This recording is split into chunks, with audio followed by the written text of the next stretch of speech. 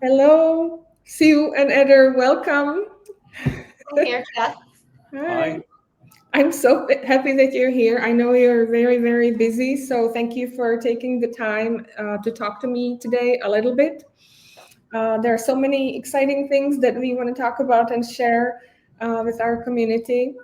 So I'm just very happy that you came. Thank you so much. And we want to talk about Montessori leadership and why Montessori school leaders matter. And to you, to the two of you especially, they do matter a lot because you've spent a few decades helping and supporting Montessori leaders all over the world.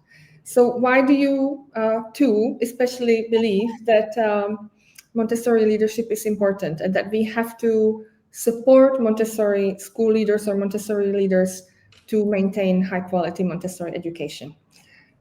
Sue, would you like to start? What the question brings to mind is that I was at a workshop somewhere in the early 1980s. And it was when I probably at the time was still in a classroom, but also maybe administrating because I was in a small school. And there was conversation at that event that why would we need Montessori leaders? The teachers just can do it. And when I think about the decades that have passed since, and with the growth of Montessori, now I can't imagine that we could possibly have the reach that we have now without the leaders. And to be honest, one of the reasons is that Montessori teachers, Montessori guides, are so busy working. They're in the classroom, they're with the parents, they have so much responsibility. And with any growth in a school, it just is beyond the capacity of the teachers to be the only people who are really sharing the mission on a regular basis, using the mission to solve problems, using the mission to really create communication systems. So leaders matter because they keep the wheels turning and they see the whole picture. So, whereas one teacher or one parent might have an issue that they only see from one perspective, that leader hopefully has the capacity and the skill to see the big picture. So, it's kind of a quick response about it. Oh, Eder? thank No, I will follow that, saying that it is because you need one person to have the clear vision about what to do, to have the whole perspective of the school. Of course, the most important part is what's happening actually between the teacher and the child, of course, that is the center. But you need to see the whole thing, and that includes the financial part, that includes the governments, that includes a lot of things that you need to take care, and that's the kind of support that the schools or the whole organization needs. And the care, I think, is really important. The care of the people, it is really important to understand that it's harder nowadays than it was in the past to be a teacher, and we need to support in a better way. So we need to understand that's part of our role to support that, and of course it matters. Yeah, thank you. So, yeah, one of the pillars of support that is available to Montessori guides around the whole world is an AMI course. That is for AMI stands for Association Montessori International, for those of our listeners who aren't familiar with the abbreviation. And the course is called Montessori School Leadership Course. Can I ask you to please share a little bit about it? What is it? How did it happen to be in existence, and how are you involved with it, the two of you? Sue? Oh, so my first involvement was in 2019. And so the history that we usually share about the course when we give the course, so for all the participants, really the project itself started with work that several people, Montessori leaders from Australia, were doing in helping schools in China in Thailand. And at that time, those were more national efforts to transition or evolve to some aspect of Montessori. And they created an outline for the course, took it to AMI, and it was approved. And then it was in 2019, short-lived in the US because of COVID, but it began to take a more conscious structure, and now we have, it's evolved into, really, it's global. We have trainers in every part of the world, and there's still a lot of new territory that's being opened. Eder's doing a lot of different work in Central and South America, also some work in Bangalore, right, Eder? And Christine Harrison, Julianne, Jaya, they're doing a lot of work. They're now Malaysia, Thailand. But the interesting thing about the course is the way it's designed is that it can really meet the needs of Montessori communities. I like to say Montessori schools, yes, but Montessori communities, a broader definition of a Montessori community. The materials in the course can help very small upstart programs in very underserved communities. And it also can help those leaders that are in large schools that just need networking. So that's my brief assessment. What do I need? What do you need to add, Eder? I'm not sure how to follow that as well, but I think something really important is that is giving us a new perspective. When we talk about training centers, if we talk about AMI, is one of the main things are supporting the schools through the preparation of the adults, especially with guides and with assistants. But then we said, well, what is the kind of preparation that the leaders needs to take, or where are the kind of topics that they need to talk about? And this is so important, because the preparation of the adult is one of the things that is an ongoing process for our organization. So that's why it's really relevant to do this. And another aspect is that it's following the word, like Sue were mentioned about some of the earliest experience especially in the United States. I do remember being involved in a retreat in Simsbury, Connecticut in around 2008 or 7, something like that. It was part of the evolving the training of the leaders, and that give us later one important document that was the whole school Montessori handbook, that was really important for us because we were sharing a lot of experiences of other schools, and one of the most important things when we think about the leadership course is connecting leaders, is having the opportunity to get experience from different part of the world and saying, we're doing this, we're doing this. This is the kind of mistakes that we made in the past. We learn from this, and that's the beauty of the course, is that they are sharing, and they have beautiful insight, and they have time to stop and say why we're doing this, and what is the way that we're doing this. Yeah, it's true. I can testify to that as a training center leader, that when we have a group of students who take this course, when the course is over, they want to stay in touch with each other. They create a community in the course, and they continue to support each other even after the course. So you are, through this course, helping to create a global network of Montessori school leaders. Mirka, I'd like to also add that one of the things that I find really fascinating is that because it's a certificate course, there's not prerequisites for taking it. So I think one of the things that is helpful for Eder and I is because of how much experience we have had, working as an administrator and supporting teachers, that we are able to help people who maybe have no background in Montessori and they're leading, Maybe they've been hired, and maybe in their country, the system is very different, and they're like more serve as a principal. So, and sometimes it's people that are hired by an owner operator that just wants to get a Montessori program going.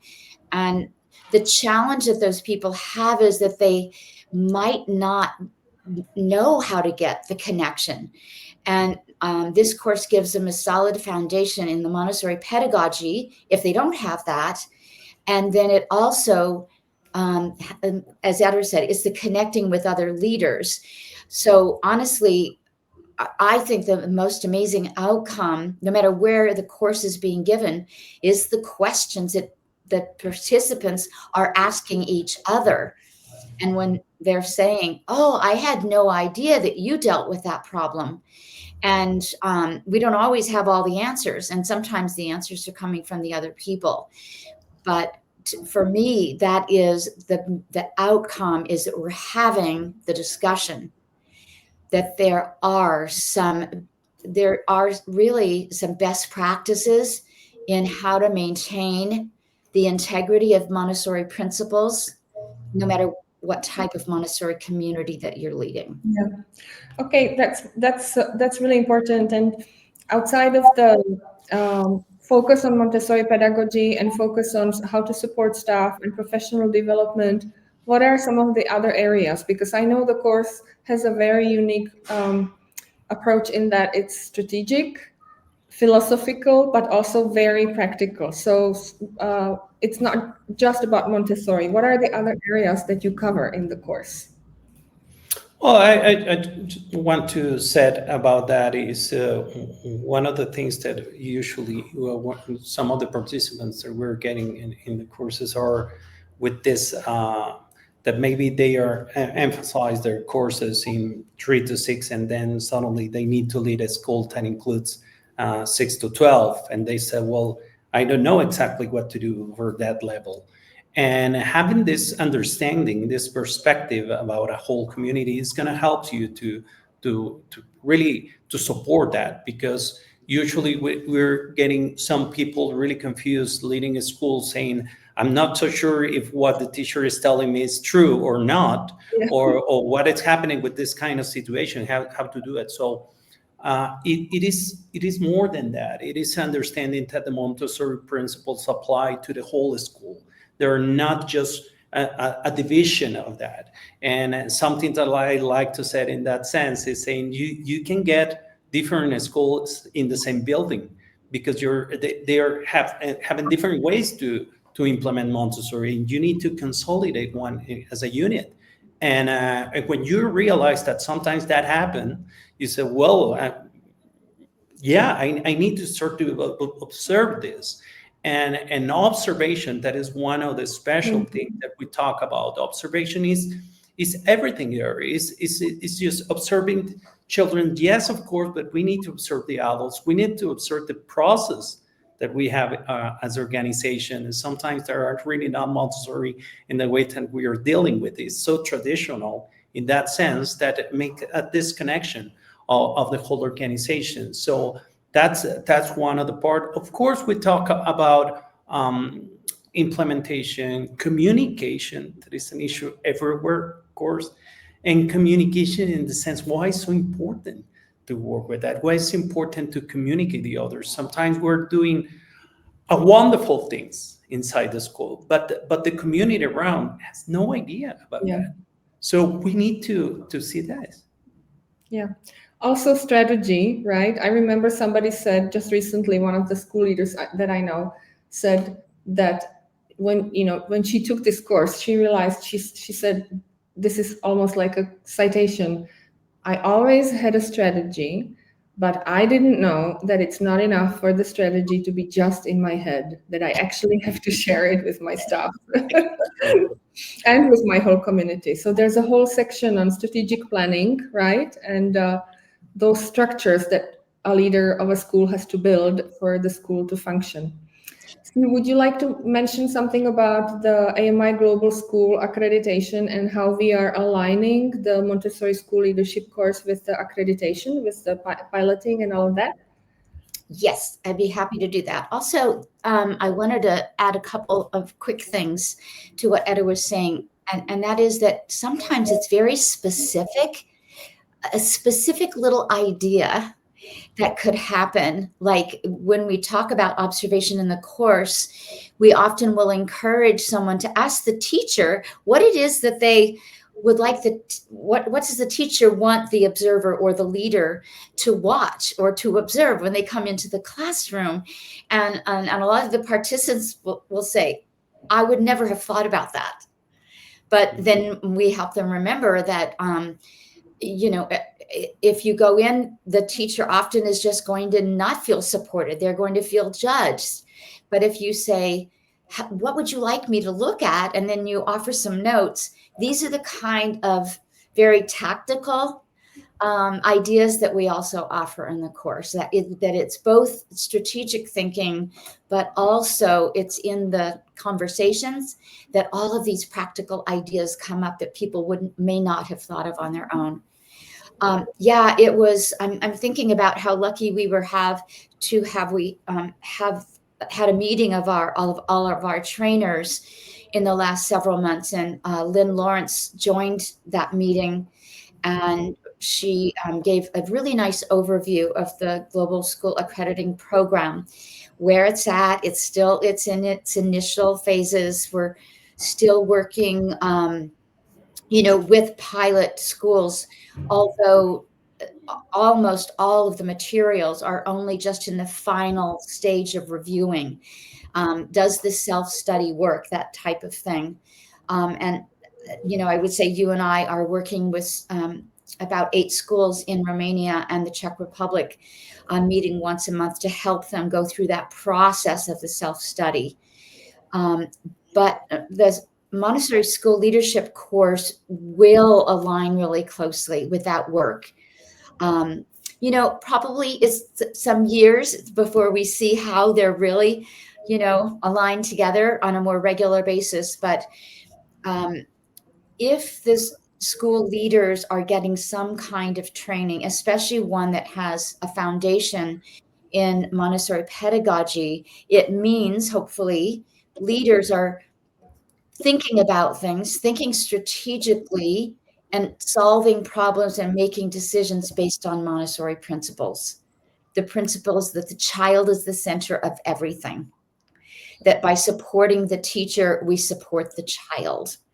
By helping to create the triangle between the home and the school. These things are essential to building strong schools. And Global School Accrediting has been devised in the many years that I've worked on the program. Its intention is to build quality assurance within the school. It's not just having a checklist or having someone come in saying, oh, yes, you're doing a great job or not. But it's really both programs, both the MSL course, the leadership course, and Global School have been promoted and supported by AMI in order to support the leaders, in order for the schools to function at the highest level and creating healthy environments for the adults as well as the children. Yeah, that's exactly what I was asking about. Both of those tools are meant to help school leaders to create and run high quality Montessori schools and to build those structures. And I think in that they really align. The course really means to help a school leader to build a structure, and that's exactly the same structure that the Global School Accreditation Program is then verifying and helping to refine. So yeah, great. Thank you. You're both trainers of this course. You're both global Montessori leaders. You work internationally, and Eder, you have an amazing project now on your desk and in front of you. You are the host of the 30th International Montessori Congress in May 2026. Tell me, how has it been? What are your current exciting steps? And invite people and just tell us, because it's the biggest AMI event there is. It's held every 4 years, and the whole community. I'm going. Sue is going. We're all going. I think everybody should go to Mexico too. So please tell us a little bit about where are you at with that project? Well, we're really happy to the welcome to all the global community in Merida in May. This is a celebration. It's a celebration of the Montessori legacy, of the Montessori journey, of any of the Montessoris around the world, any organization, and we're really happy that at this point we have in our list of people that are coming almost 1,000 people, and people are from 45 different countries at this point. So we're really happy that it's really global, and we're waiting for more. Of course, we have time left to do that, but we're really happy because I know that it's going to be really special. I know because the Mexican culture, the Mexican mood will be involved, and Merida is a wonderful place. It's a place where the traditions, the Mayan civilization, there are many aspects that are important to live and to really embrace of the region.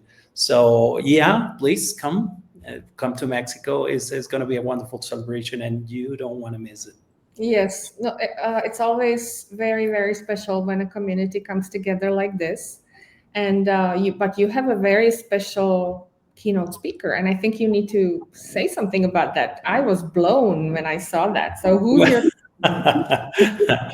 We have a real list of different participants that are really important. We have a different speakers that are really important. As it was in Prague, Angeline Lillard is coming, Del Diamond is coming, but one special guest that it was we need to follow the path to get him is Dr. Gabor Mate. That is a really well-known medical physician and different ways award in many ways. The books are all over the world in different languages, and it's really amazing person. I have the privilege to talk with him, and it's going to be an interview soon with him about Montessori. And one of the things that I want to mention from him is that it was really special because when we talk about coming to the Montessori event, he says something that for me was really important to hear, and I want to share with you. He said, okay, what is the Montessori book that you recommended to read before the event? So I want to know more about Montessori. And that's not easy to hear from a really important person, that he has the humility to say, I really want to know more about this to have a clear message for you. So now I'm preparing myself to do the interview. I'm reading a lot about the Dr. Mate, so I'm really happy that we can share as a community with him. Yeah, he's one of the lines of work that he's interested in is trauma and healing trauma, and I think there's a deep resonance between what he does and Montessori's Totally way to peace. I just want to know how did you manage to get him? Like organizer. How did you do it? Was he a Montessori father? That's what.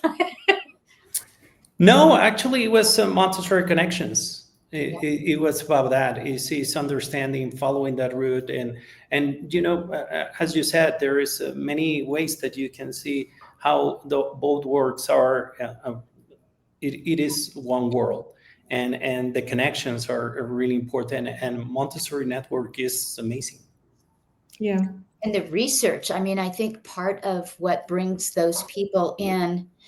And we're getting so much better at in our Montessori community. I mean, when we think of some of the research that Eder and I are talking about when we're talking with school leaders that exists now that just didn't exist. And so I think some of the convergence of the different sciences or the different fields is happening because of research. And one of the things that I'm not saying at this point, but I'm going to share with you is that you know that it's going to be a keynote speaker. But he said, "Well, why if I'm doing a keynote, why you don't want to have a workshop?" So we said, "Of course." So he's doing a workshop as well. And the second day, so the first day is going to be the keynote, and the second day is a workshop, 3 hours workshop with Dr. Matetes. Wow, I hope it's a workshop that in the main room, in the main hall. Of in the course, primary it's for hall, everyone. Yeah, of course. because everybody will want to be there. Yeah. That's otherwise it's an expensive ticket for sure. When you ever do the interview with him, please let us know. We'd be happy to advertise it to our community. Okay, so that everybody gives you their email. No, it's going to be a record, and we're going to share with the whole community. So Okay, that's great. That's really amazing. Is there going to be? Do you want to invite? I know the Congress is not only for teachers, not only for school leaders. Do you want to maybe say a little bit about how the program is going to be structured so that people understand that it's for each Montessorian everywhere? Yeah, it's really a good question. Yeah, we're trying to. We know that most of the people are going to be teachers, but we're trying to connect with any of the person that are around children and adolescents. So that's why it's important to talk with. We're going to have some events for leaders, another one for caregivers, and there is one special part for aging and dementia and all that area that is really important.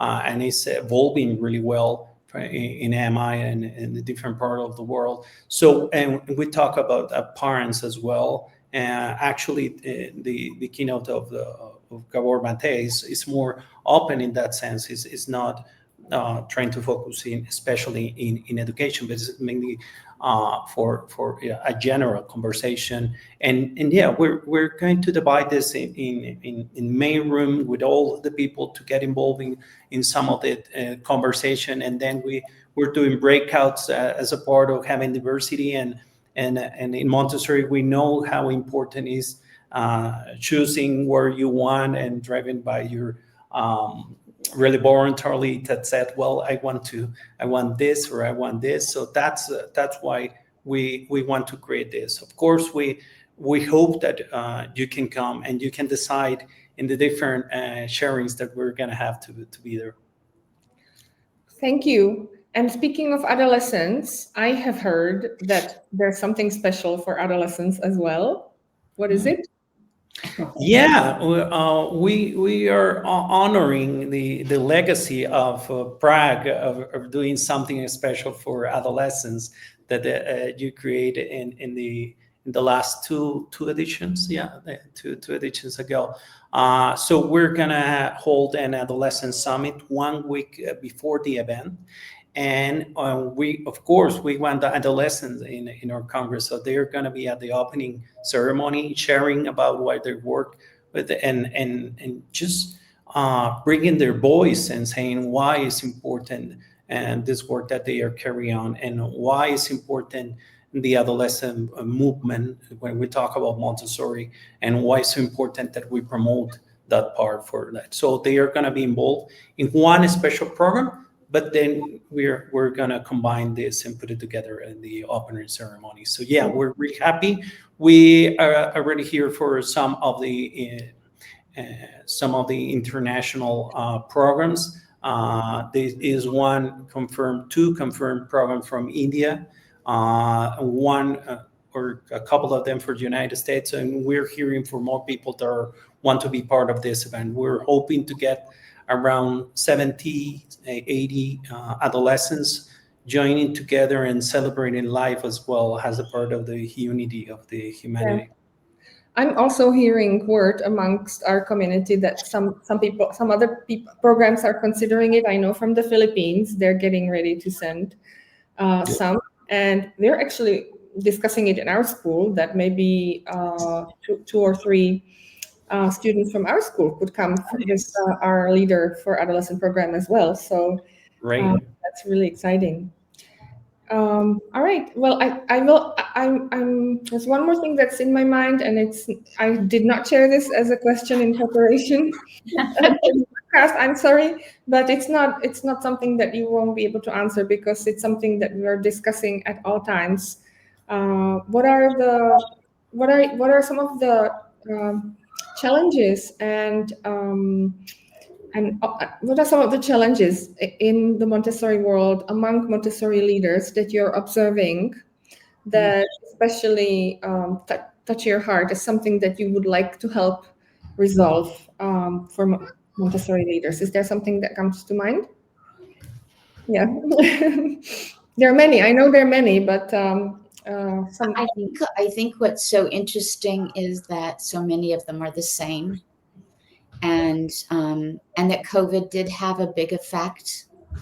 And at the same time that some of like the large schools have gone through a big transition because of COVID in various places in the world, maybe losing enrollment, having struggles with getting teachers. But at the same time, we have so many new schools, so many people from everywhere. We found that at the Lead Montessori Conference just a couple of weeks ago in the Czech Republic, that it's just amazing the projects that are coming up.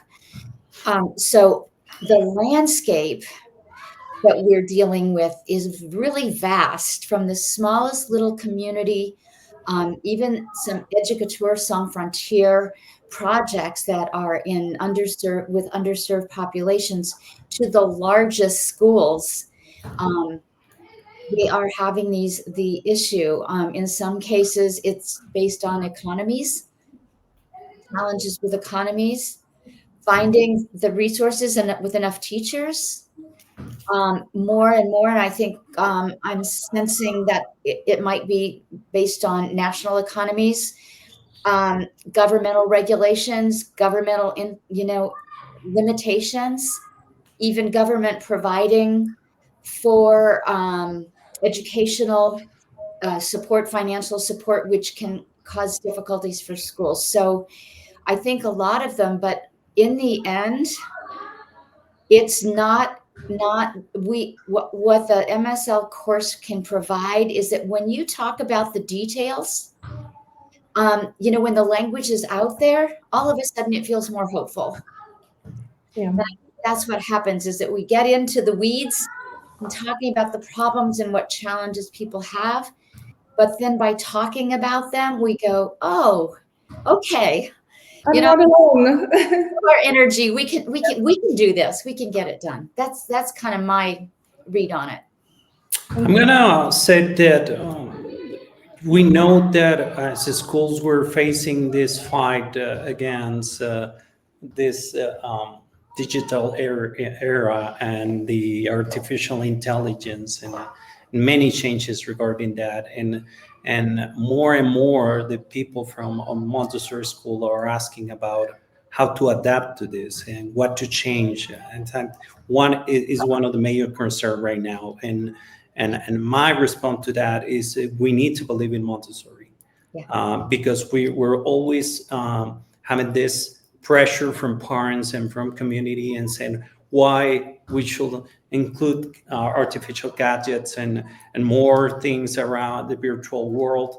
And we need to keep doing this, and we need to, again, have a clarity about what really the child needs. And we need to stand up and said, well, why it matters, where we are standing from humanity. And I know that we need to face this, and we need to be a community and include, but really we need to think about that. We're not saying not doing this because it's a fashion, because it's something easy, because it's something that we need to think about the future, and thinking about the future is thinking about the child.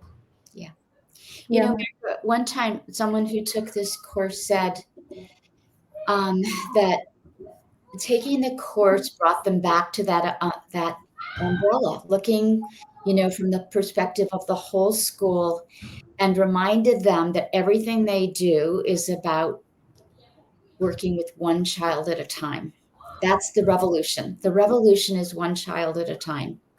And when you come together and talk together about how the difficulties and the extraordinary joy of leading a Montessori community, that's where it is. It's in what you see in the relationship, in the transformation, one adult, one child at a time. It Yeah. keeps you going. Yeah, and that happens in the Montessori school leadership course, but it also is going to happen at the Congress in Mexico. I think it's, at the end of the day, it's about us getting together in one room, talking with each other, sharing, and reminding ourselves that we're not alone and we're here for each other. Yeah. And that's the real connection, not the other one. Yeah, This yeah. is the connection. Yeah. Yeah. So, is there a final question for both of you? Is there one message, something you'd like to say to the people who are listening to this podcast? Anything that you think you'd like to mention, or an invitation, encouragement, a quote?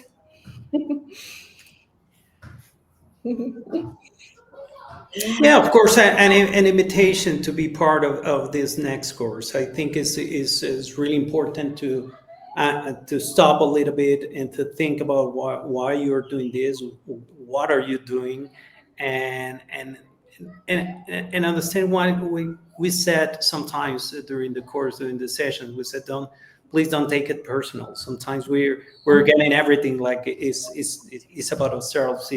It's about why you're doing this or you're not doing this, and we need to observe ourselves and saying this is not about me. This is about my role because I'm the one leading this, and I'm taking this. But we need to observe everything and say why it's so important. I always like to tell the people when I have this conflict with a family or really complicated conversation. After that, I'm going to approach the 0 to 3 classroom and I observe what's happening there and I say, this is why I'm doing this. This is why I need to face this. So it please don't do it just yourself. Don't feel lonely because we're a lot of people that think and then we need to talk about this. We need to be together and we need to embrace the great mission that we have as leaders in a Montessori school.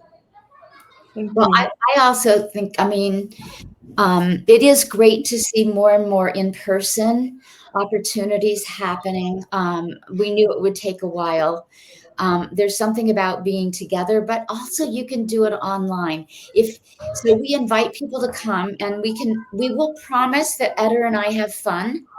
We have fun when we work together, and even online we can have fun. I was just as reminding you guys that I was in an MSL class last night. Someone, their best parent education idea was called Montessori muffins, and these are the ideas that get shared where like once a month or once a week that you provide muffins and the parents can just come into the head of school's office and have muffins and coffee and talk.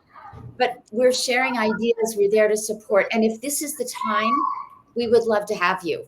And it's, one night a week or that's it. And we'll be the best guides we can for you. Thank you. I will wrap it up by saying the best combination of what you can do if you are a Montessori leader or an aspiring Montessori leader and you found this inspirational and you feel lonely and you don't want to feel lonely and you want to learn and talk to other people, come to the Montessori School Leadership course, meet new people, new leaders, new colleagues, and then once you connect with them, come to the International Montessori Congress in Mexico to see everybody in person.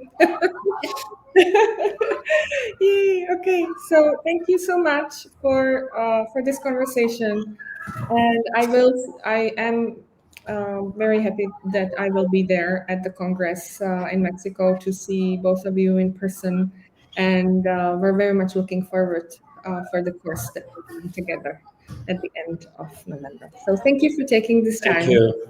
Thank you. Thank you, Mirka. Thank you.